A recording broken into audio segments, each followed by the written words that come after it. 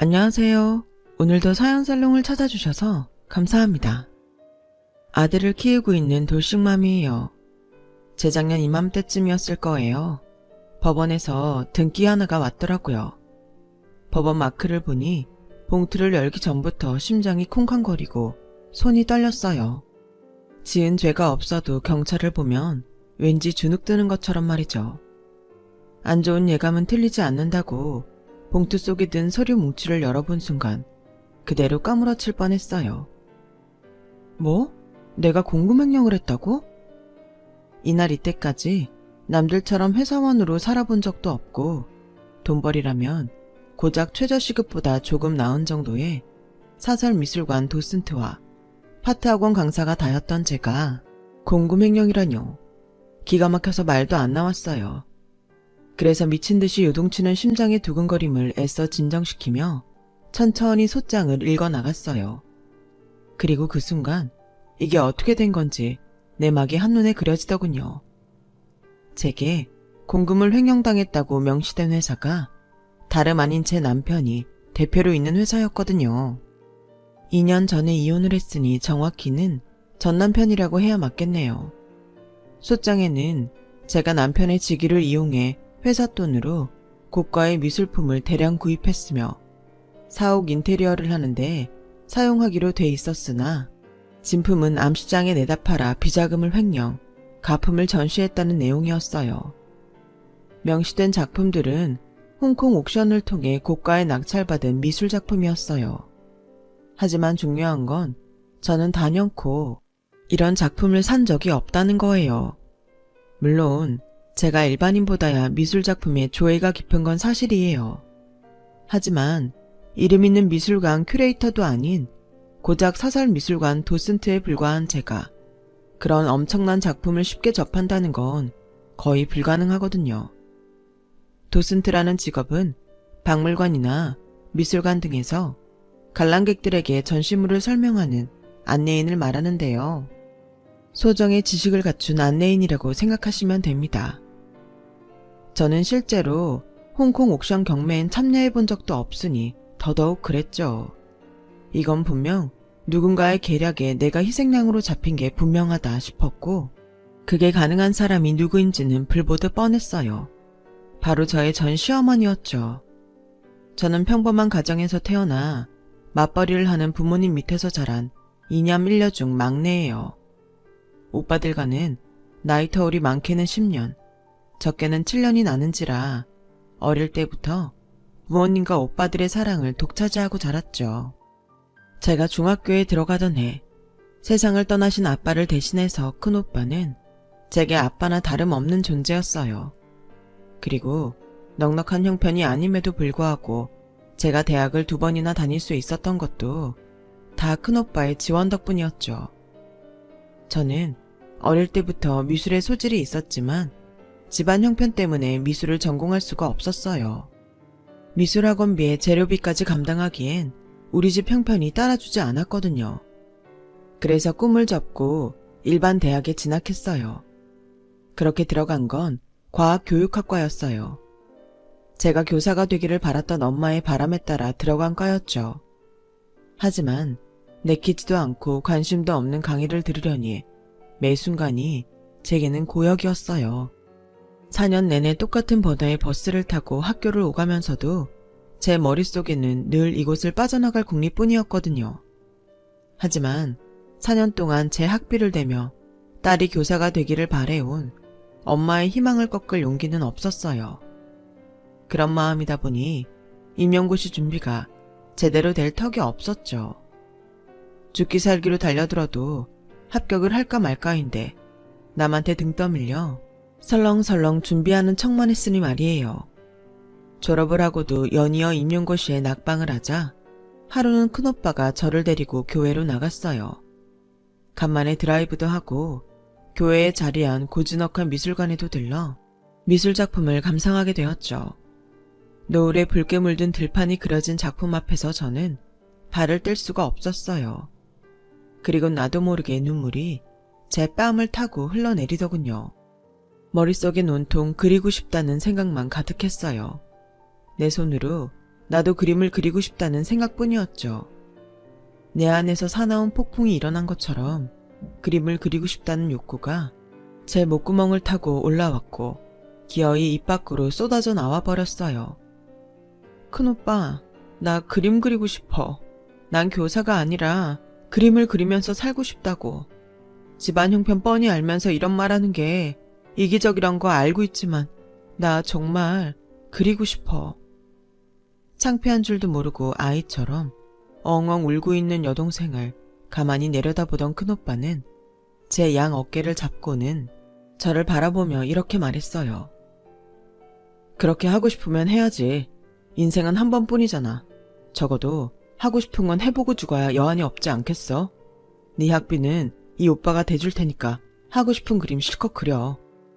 철없는 여동생의 꿈을 이뤄주기 위해 오빠는 미대 편입 비용부터 편입 후 2년간 대학 등록금을 보조해 주었어요. 그때는 몰랐는데 오빠의 결혼 자금까지 털어서 지원을 해주었던 거더라고요.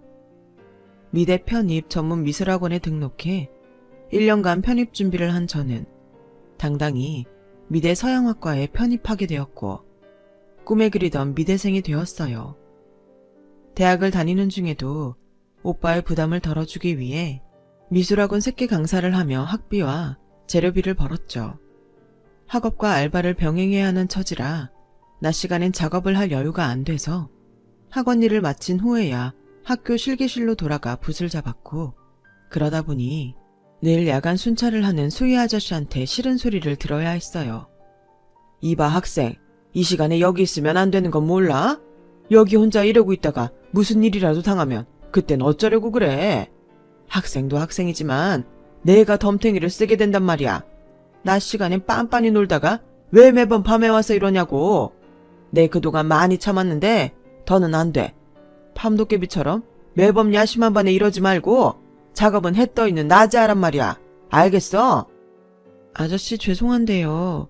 제가 낮에는 알바를 해야 해서 작업할 시간이 부족해서 그래요. 아저씨도 아시잖아요. 미대는 학비도 비싸고 재료비도 만만치 않다는 거요. 제가 갈 때 정리 싹 해놓고 불도 꼭 끄고 갈 테니까 이해 좀 해주세요. 부탁드려요 아저씨. 매일 밤 저는 아저씨와의 실랑이를 벌였고 그러던 어느 날 조교실 호출을 받게 되었어요. 아무래도 야간 작업 때문에 뭐라고 할 모양인가 보다 생각하며 과 사무실로 갔는데 글쎄 조교가 생각지도 않았던 아르바이트 자리를 소개해 주더라고요. 학과 사무실로 들어온 알바 자리인데 한번 찾아가봐. 원래는 졸업생 이상만 지원할 수 있는 곳이지만 특별히 교수님이 추천서를 써주셔서 별 문제 없을 거야. 미술학원에서 새끼 강사 일한다며? 거기보다는 몇 배는 더 받을 테니 등록금 걱정도 덜 할 수 있고 졸업 후에도 작업하면서 경력도 쌓을 수 있으니까 잘해보라고. 매번 수희 아저씨랑 야작 문제로 싸우지 말고 앞으로는 낮에 작업해. 도슨트 일은 거의 주말 관람객 상대로 하는 거라 평일엔 시간이 날 테니까. 조교님 고맙습니다. 그런데 제가 학원 일하는 건 어떻게 하셨어요? 혹시 수희 아저씨가 저에 대해 얘기하던가요? 알고 보니 제 사정을 알고 알바자리를 주선해준 건 교수님이더라고요. 늦은 밤 퇴근을 하시다가 종종 저랑 수희 아저씨가 실랑이를 벌이는 걸 보셨던 모양이에요. 편입생이라 오랜 시간 교수님 지도를 받지는 않았지만 타학과를 졸업하고도 그림을 그리겠다고 편입한 용기를 가상히 여기셨던 거였죠. 뜻이 있는 곳에 길이 열린다고 그림을 그리겠다 마음먹은 뒤로 막막한 순간마다 저는 여러 사람들의 도움을 받아 위기를 넘길 수 있었어요. 그렇게 들어간 미술관은 조교 말대로 거의 주말과 방학 때만 도슨트 활동을 하는 곳이라 당시 제게는 이보다 좋을 수 없는 자리였어요. 돈 주고 봐야 할 미술 작품들도 가까이서 실컷 볼 수 있고 미술계 사람들과도 인맥을 다질 수 있는 좋은 기회였죠. 저희 시어머니를 만나게 된 것도 바로 그 미술관에서였어요. 미대를 졸업하고 미술관에 정직원으로 입사를 한 지 2년쯤 되었을까요? 휴관일이라 늦잠을 자고 있는데 관장님한테 전화가 왔더라고요. 갑자기 출근을 하라는 지시였어요. 내가 직접 접대를 해야 하는데 하필 안개 때문에 결항되는 바람에 꼼짝없이 제주도에 묶여있지 뭐야. 중요한 분이니까 잘 모셔야 돼. 원래 개인 관람객한테는 도슨트를 붙이지 않는데 특별한 분들이 방문을 할 때는 예외로 하기도 했거든요. 그래도 휴관일에 관람을 하는 경우는 처음이라서 얼마나 대단한 사람이길래 이렇게 민폐를 끼치나 싶었어요. 그래도 어떡해요. 하라면 하는 거죠. 전화를 끊고 부랴부랴 준비를 하고 늦지 않으려 택시까지 타고서야 제 시간에 미술관에 도착했어요. 미술관 오픈을 하고 10분쯤 지났을까? 머리부터 발끝까지 명품으로 도배한 엄마 또래의 사모님이 들어오더군요. 딱 봐도 내가 바로 VIP다 라고 말해주는 것 같은 사람이었어요. 전 관장님 특별 지시대로 평소보다 더 정중하게 고객한테 작품 설명을 했어요. 제 설명을 듣는 내내 별다른 말이 없던 여사님은 관람이 끝나자 제게 브런치를 함께 하자고 말했어요. 나 때문에 휴관일에 나와줬는데 그냥 보낼 수는 없잖아요. 마침 근처에 꽤 괜찮은 곳이 있어요. 대접할 테니 같이 가요. 생각 같아선 빨리 집으로 돌아가 편안한 추리닝으로 갈아입고 미드나 실컷 보고 싶었지만 관장님 부탁도 있고 해서 거절할 수가 없더라고요. 그래서 몇 번이나 감사드린다는 인사를 하곤 따라 나섰어요. 여사님을 따라간 곳은 평소 버스를 타고 지나다니면서 눈으로 보기만 했지 한 번도 와보지 못했던 고급 브런치 전문 레스토랑이었어요. 차와 세트로 구성된 브런치 가격이 무려 1인분에 10만 원이 넘는 곳이었죠. 차와 함께 나온 초콜릿은 벨기에에서 공수해온 고급 수제 초콜릿이었고 치즈는 프랑스 모지역 동굴에서 발효한 것으로 수량이 너무 적어서 프랑스 사람들도 쉽게 접할 수 없는 귀한 치즈라고 했어요. 싸구려인 제 입맛에는 쿰쿰한 향과 물컹한 식감 탓에 그리 유쾌하지 않은 치즈일 뿐이었지만요. 그래도 사주시는 분을 생각해서 나름 즐기는 듯한 표정을 지었어요. 치즈 맛이 깊고 풍부하죠? 원래 나는 고다 치즈를 주로 먹는데 여기 부리는 입에 꽤 맞더라고요. 생산량이 적어서 1년에 한두 번 들어온다든가 여기 지배인이 치즈 들어올 때마다 연락을 해줘서 매번 맛보고 있어요. 오늘도 이 치즈 먹을 겸 미술관에 간 건데 휴관일인 걸 깜빡했지 뭐예요. 나 때문에 고생 많았어요. 치즈를 먹으러 오는 김에 휴관일인 미술관에 들러 개별 도슨트까지 달고 VIP 관람을 하는 인생이라 학자금 대출을 갚기 위해 졸업 후에도 학원 강사 일과 도슨트 생활을 겸하고 있던 저와는 사는 세계가 다른 사람임이 분명했어요. 전생에 나라를 몇 개나 구하면 저렇게 부를 누리며 살 수 있을까? 그렇게 생각했죠. 부럽기도 하고 상대적으로 제 인생이 초라하게 느껴지기도 했어요. 그날 제 설명이 마음에 들었는지 아니면 다른 이유 때문인지 몰라도 여사님은 미술관에 오실 때마다 관장님 대신 제게 설명을 부탁했어요. 관람이 끝난 후에는 관장님께 양해를 구하곤 저를 데리고 레스토랑에 가서 식사를 하거나 명품관에 데려가 쇼핑을 하기도 하셨죠. 그럴 때마다 고맙다며 명품 백이나 구두 선물도 하셨고요. 그러다 보니 미술관 안에서 저를 시샘하는 사람들이 늘어갔어요. 특히 자기보다 급도 낮은 도슨트가 미술관 최고 VIP 전담을 맡게 되자 자존심이 상한 큐레이터는 대놓고 직원들 앞에서 저를 까내려 갔어요. 윤주 씨는 고작 학사 주제 뭘 한다고 그렇게 나대요? 명품 백에 명품 구두 사주니까 간쓸게 다 빼고 살살 기는 모양인데 제발 인생 그렇게 살지 마세요. 덩달아 우리까지 도매금에 팔리잖아요. 창피하지도 않아요? 도슨트면 도슨트답게 본인 일에나 충실하세요. 서울대 미대를 나와 영국에서 석박사 학위까지 따온 자신이 고작 학사한테 밀렸다는 사실이 받아들이기 힘들었던 큐레이터는 이후로도 제가 관장님과 VIP 여사님의 편애를 받게 되자 못 견디고 사표를 내고 나갔어요. 나 때문에 괜한 사람이 직장까지 버리고 나갔다는 사실에 충격을 받은 저는 따로 큐레이터를 찾아갔어요. 그런데 의외의 말을 하더라고요. 사실 자기 때문에 그만둔 거 아니야. 전부터 그만두고 싶었는데 그동안 변명거리를 찾지 못했던 것뿐이야. 그런 의미에서 자기한텐 미안해. 사과의 의미로 충고 하나 해줄게. 관장님 너무 믿지 마. 작품 가지고 장난치시는 것 같아. 괜히 길게 있다간 나한테도 불똥 튈 것 같아서 도망치는 거야. 자기도 조심해. 그때 큐레이터의 말을 가볍게 넘기지 말았어야 했는데 후회가 되네요. 하루는 여사님이 제게 전화를 했어요. 시간 괜찮으면 밖에서 만나자고요. 그날은 학원 강의가 있는 날이라서 시간이 안 될 것 같다고 했더니 그럼 가능한 날 보자고 하더군요. 그렇게 정해진 날 약속 장소로 갔더니 여사님이 웬 젊은 남자랑 다정하게 앉아있지 뭐예요.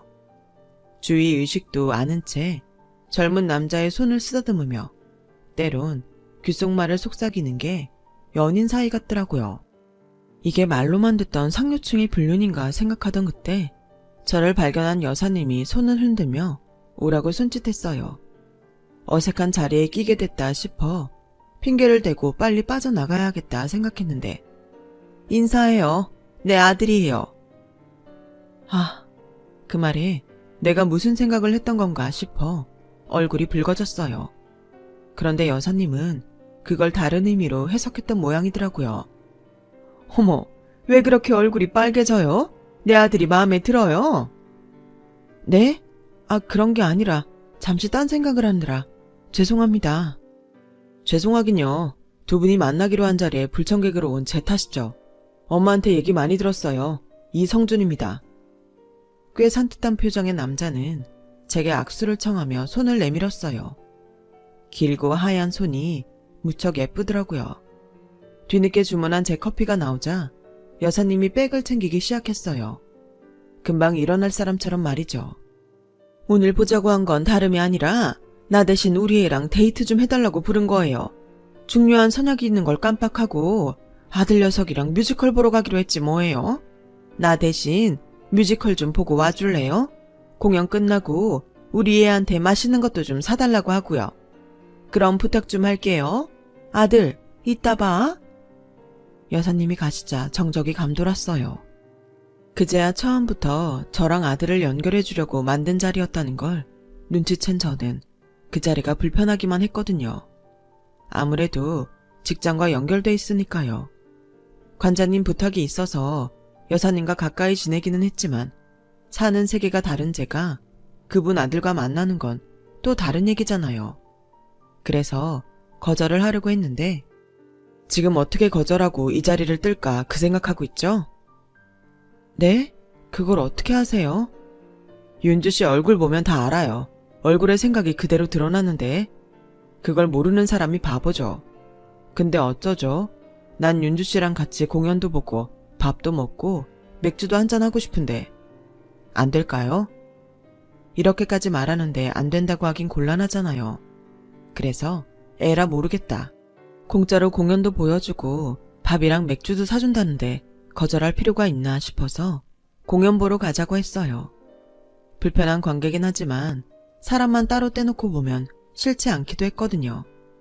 사소한 말이나 행동 하나하나가 매너 있고 기품이 있는 사람이었어요. 돈 있는 티 안 내고 소탈한 모습도 마음에 들었고요. 그래서 어느 순간부터 마음을 열고 소개팅에서 만난 남자랑 1일 데이트를 하는 기분으로 상황을 즐겼죠. 뮤지컬도 보고 밥도 먹고 가볍게 맥주도 한잔한 우리는 이후로도 만남을 이어갔어요. 6개월이란 시간이 어떻게 흘렀는지 모를 정도로 행복한 시간이었죠. 하지만 한편으로는 저희 집 상황을 알면 떠나지 않을까 걱정이 됐어요. 차이가 나도 너무 났으니까요. 하지만 그런 걱정은 기우였더라고요. 저희 집에 인사드리러 왔다가 우리 집 형편을 다 봤음에도 불구하고 변함없이 예전과 같았거든요. 오히려 저희 엄마한테도 살갑게 굴고 퇴근 후 저희 오빠들과 포장마차에서 소주잔을 기울일 정도로 제 가족과 스스럼 없이 지냈어요. 결혼을 망설였던 저는 그런 남편의 모습에 결혼 결심을 하게 되었어요. 문제는 어머님께 어떻게 말을 꺼내느냐였는데 어머님이 먼저 말씀을 하시더라고요. 내 집에 사람 들이는 건데 어떻게 아무나 들일 수 있겠어요? 관장님 통해서 이미 들어서 아니까 다른 걱정은 안 했으면 해요. 난 딸이 없어서 친구 같은 며느리를 얻고 싶었거든요. 같이 전시회도 다니고 쇼핑도 하고 괜찮은 카페가 있으면 같이 차 마시러 갈 수 있는 그런 며느리요. 윤주 씨처럼 말이에요. 그래서 내 아들도 소개해 준 거잖아요. 아무 걱정 말고 결혼해요. 마치 해피엔딩을 목표로 물 흐르듯 흘러가는 상황에 정신을 차려보니 제 손에는 결혼 반지까지 끼고 있었고 꿈같은 신혼여행을 마치고 인천공항에 도착해 있었어요. 3년간 시댁에서 살기로 했기에 따로 집을 구하지 않은 우리는 공항에 도착하자마자 어머님께 지금 집으로 간다고 전화를 드렸어요. 예, 그럴 거 없이 친정에 먼저 가서 인사부터 드리고 오렴. 나야 너희들이랑 같이 살 사람인데 좀 천천히 봐도 되잖니? 아예 친정에서 하루 자고 와도 좋고. 그렇게 저희는 친정에서 하룻밤을 보내고 다음날 엄마가 준비해주신 이바지 음식을 들고 시댁으로 향했어요. 어머님께서는 마당까지 나오셔서 저희를 반겨주셨어요. 긴 비행에 힘들지는 않았는지, 시차 적응 때문에 졸리지는 않은지 세세하게 물으시며 살펴주셨죠. 친정에서 보낸 이바지 음식을 보시곤 바로 친정 엄마한테 전화를 걸어서 고맙다는 인사도 잊지 않으셨고요. 얘들아, 어차피 할 거 없으니까 점심 먹기 전까지 올라가서 한숨 자고 내려오너라. 니들 눈에 잠이 꽉 찼어. 점심 준비는 아줌마가 알아서 할 테니 니들은 어서 올라가. 어머니 말씀에 우리 부부는 신혼여행에서 사온 선물을 전해드리곤 2층으로 올라가 잠시 눈을 붙였어요. 얼마나 잤을까요?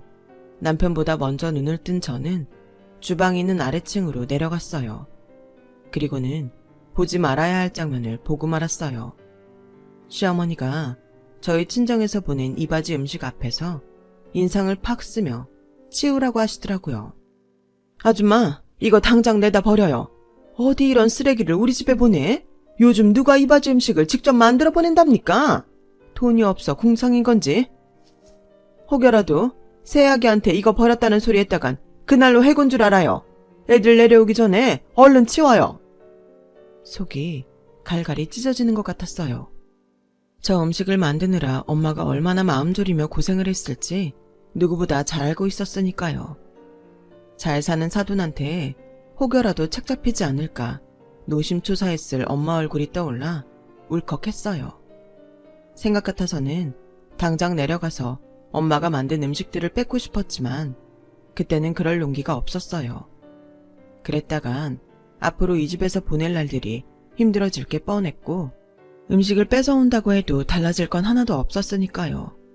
그럴 바엔 모른 척 넘어가는 게 상책이다 싶었어요. 저희 엄마한테는 죄송하지만요. 조용히 방으로 돌아온 저는 화장실에 들어가 소리 죽여 울다 나왔어요. 그리곤 아무 일 없던 것처럼 마침 일어난 남편과 1층으로 내려갔어요. 세 식구가 식탁에 둘러 앉았어요. 식탁엔 값비싼 재료로 만든 정갈한 음식이 차려져 있었죠. 과하지도 부족하지도 않을 정도로 알맞게 구성된 식단이었어요. 손님이 오거나 특별한 날이 되면 갈비며 잡채 등 한상 가득 차리는 저희 집과는 많이 다르더라고요. 한동안 저희 집에 자주 드나들며 그런 대접을 받아왔던 남편은 식탁이 음식을 보더니 실망한 표정으로 말했어요. 이게 뭐야? 뭐 하나 젓가락 갈 만한 데가 없잖아. 난 처가에 갈 때마다 얼마나 융숭한 대접을 받는지 알아? 상에 자리가 없을 정도로 장모님이 산의 진미를 깔아주시는데 엄만 며느리 들이면서 고작 이거 준비한 거야? 그리고 이바지 음식은 다 어딨어? 아까부터 고추전 먹으려고 기대하고 있었는데 설마 다 먹은 거야? 아줌마, 음식들 다 어딨어요? 그러자 도우미 아주머니가 난처한 표정을 지으셨어요. 그게... 그러자 어머님이 말을 가로채셨어요. 저녁 때 먹으려고 잘 놔뒀어. 점심은 간단히 먹어도 되잖니? 그럼 고추전만 한 접시 꺼내주세요. 우리 장모님 고추전이 파는 것보다 훨씬 맛있거든요. 그 말에 어머님은 아주머니한테 슬쩍 눈짓을 보냈고 아주머니는 얼른 세컨 주방으로 들어갔어요. 그리고 잠시 뒤 고추전을 한 접시 담아 나왔어요. 그제야 남편은 보란듯이 고추전을 야무지게 먹어댔어요. 나중에 남편이 그러는데 제가 우는 소리를 듣고 1층에 내려가 아주머니한테 물었다더라고요. 상황을 들은 남편은 일부러 저희 엄마 음식을 못 버리게 하려고 고추전을 핑계로 이바지 음식 얘기를 꺼냈던 거죠. 그 얘기를 듣고 얼마나 고마웠나 몰라요. 남편 덕분에 엄마의 이바지 음식은 저녁 식탁에 올랐고 어머님은 울며 겨자 먹기로 그 음식을 먹여야 했어요. 그날 이후 저는 어머님과 거리를 두기 시작했어요. 악마는 웃는 얼굴로 온다고 웃고 있는 어머님 얼굴이 꼭 악마 같았거든요. 결혼 이후에도 저는 학원 일과 도슨트 일을 병행했어요. 생활이야 남편이 가져다 주는 돈으로 할 수 있지만 친정에 보내는 돈까지 남편 돈으로 쓸 수는 없었으니까요. 저 대학 보내느라 신혼집 마련도 못했던 큰오빠는 신혼 때부터 엄마 집에서 함께 살고 있었는데 그게 못내 마음에 걸려서 생활비라도 보태고 싶더라고요. 그래서 남편한테 얘기했더니 흔쾌히 허락해서 제 월급으로 보내게 된 거죠. 그런데 문제가 생긴 거예요. 어머님이 이제 일은 그만두고 집에서 살림을 하라고 하셨거든요. 예, 이제 일 그만해라. 얼마나 번다고 밖에서 일을 하니? 남들이 보면 우릴 욕해요. 며느리 밖으로 굴린다고. 그러니까 일 그만두고 나랑 전시회나 다니면서 살자꾸나. 집안 살림도 익혀야 하지 않겠니? 사람을 부려도 알고 부리는 것과 모르고 부리는 건 천지 차이다. 그러니 일 당장 그만둬. 내가 말하기 힘들면 내가 박 관장한테 전화 넣어줄게. 어머님, 저 일 계속하고 싶어요. 정 안 되면 애 생길 때까지만이라도 일하게 해주세요. 부탁드려요, 어머님. 너 애를 낳을 생각인 거니? 아니, 우리 성준이가 그러제? 네? 그게 무슨 말씀이세요? 결혼을 했으니 당연히 애를 낳아야죠.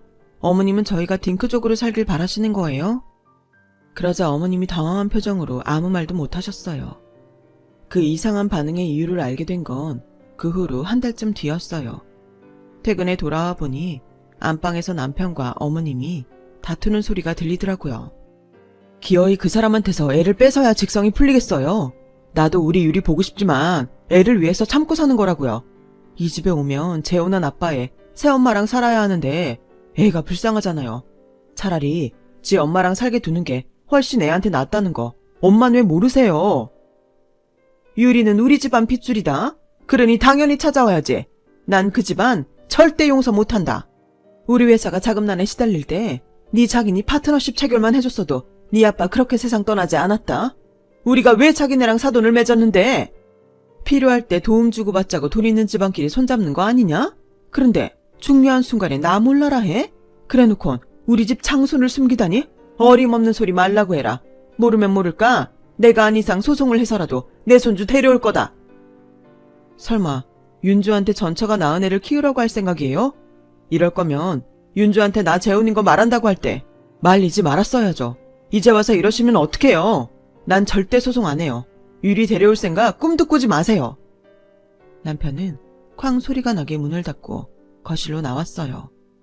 그러다 그 자리에 굳어있는 저를 보고는 표정이 무너져 내렸어요. 자기야. 여보, 그게 무슨 소리야? 전처 자식은 뭐고 재우는 또 뭐야? 자기 결혼했었어? 그런 거야? 근데 왜 나한테 말 안 했어? 어떻게 날 이렇게 감쪽같이 속일 수가 있느냐 말이야. 예, 세아가 내 말 좀 들어보렴. 결혼을 했어도 얼마 살지는 않았어. 한 반년 살았나? 아니, 한 3개월? 임신한 거 숨기고 친정으로 도망가서 이혼서를 보내고 끝난 사이다.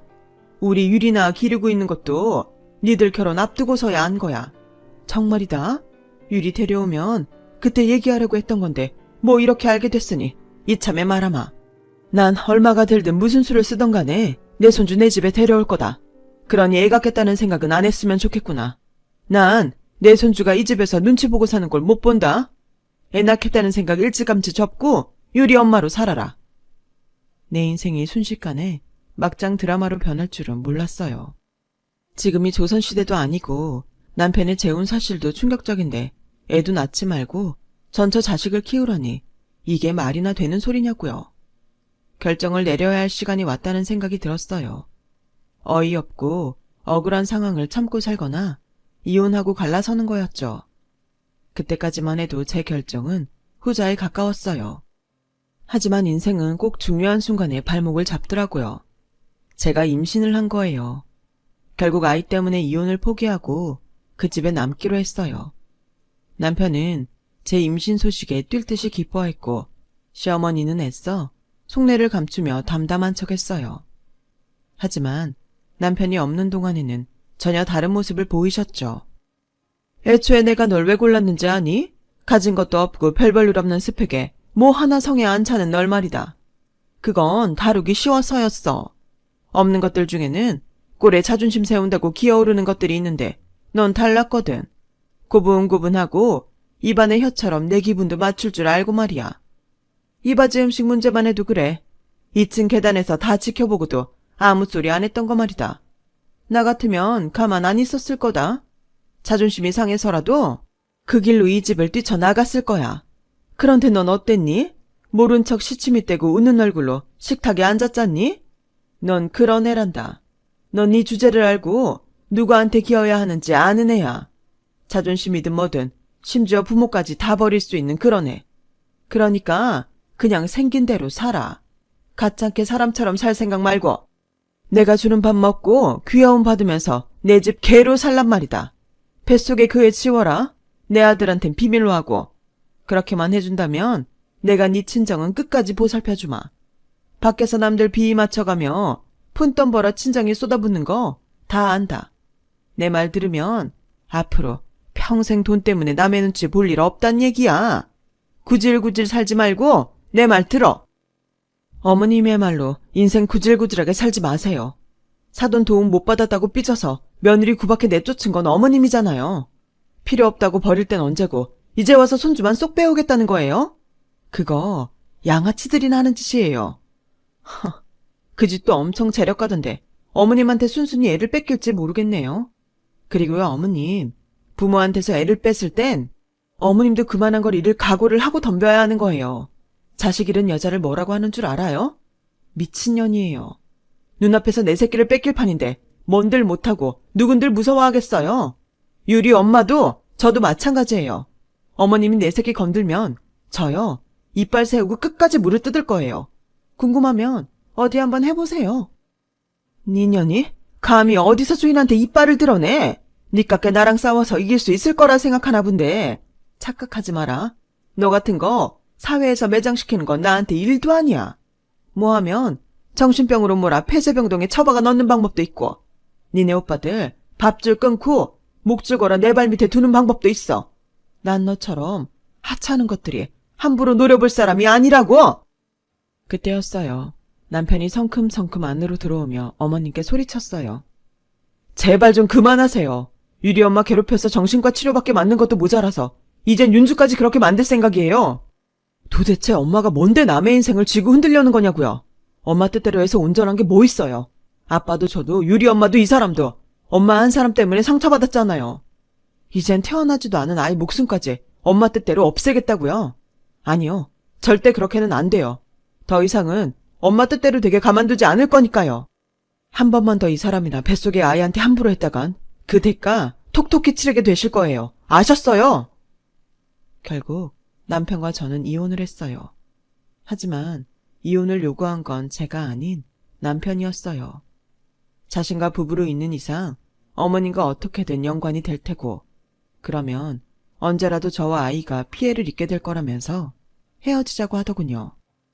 아이의 친권과 양육권은 모두 저에게 넘기고 위자료와 양육비 명목으로 아파트와 3층 건물을 제 명의로 이전해 주었어요.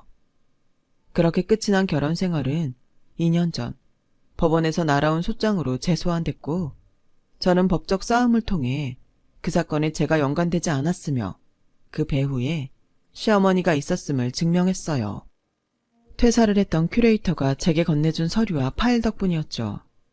미술관 관장은 제 시어머니의 사주로 10수년간 미술작품으로 돈 세탁과 공금 횡령에 개입했었는데 그 자료를 큐레이터가 일부 가지고 있었거든요. 시어머니는 처음부터 저를 돈 세탁에 이용하려고 며느리로 들인 거였고 때가 되면 도마뱀 꼬리 자르듯 잘라낼 생각이었던 거예요. 뜻하지 않게 제가 먼저 이혼을 하면서 어머님 계획이 틀어졌지만요. 그 법정 싸움으로 인해 남편 회사는 국세청 감사를 받게 되었고 그 와중에 세금 포탈과 비자금 생성 등 여러 가지 탈세 정황이 발각돼 결국 도산하고 말았어요. 남편은 저와 이혼할 때 이미 회사를 나와 어머님과 연을 끊고 해외로 떠난 뒤였기에 모든 책임은 이후 회사를 맡아 운영하던 어머님이 떠안게 되었죠. 현재 모 구치소에 수감돼 있다는 얘기만 전해 들었어요. 저는 지금 남편한테 받은 건물에서 미술학원을 운영하고 있어요. 저처럼 돈 때문에 자신의 꿈을 접고 사는 아이들을 위해 무료 강습도 겸해서 하고 있고요. 해외를 떠돌며 살고 있는 남편은 종종 엽서를 보내곤 하는데 아직은 아이가 어려서 엽서를 읽을 수 없기 때문에 한글을 깨우칠 때까지 고이 잘 간직할 생각이에요. 그때가 되면 남편도 아이를 보러 우리 곁으로 돌아올 거라 믿으면서요. 지금까지 제 사연을 들어주셔서 감사합니다. 작은 것에 감사하고 아이와 가족들을 위해 열심히 잘 살아보려 합니다. 들어주신 분들도 행복하세요. 여러분, 사연 댓글에 응원과 현명한 조언 부탁드려요. 좋아요와 구독은 저에게 큰 힘이 됩니다. 오늘도 좋은 일 가득하세요.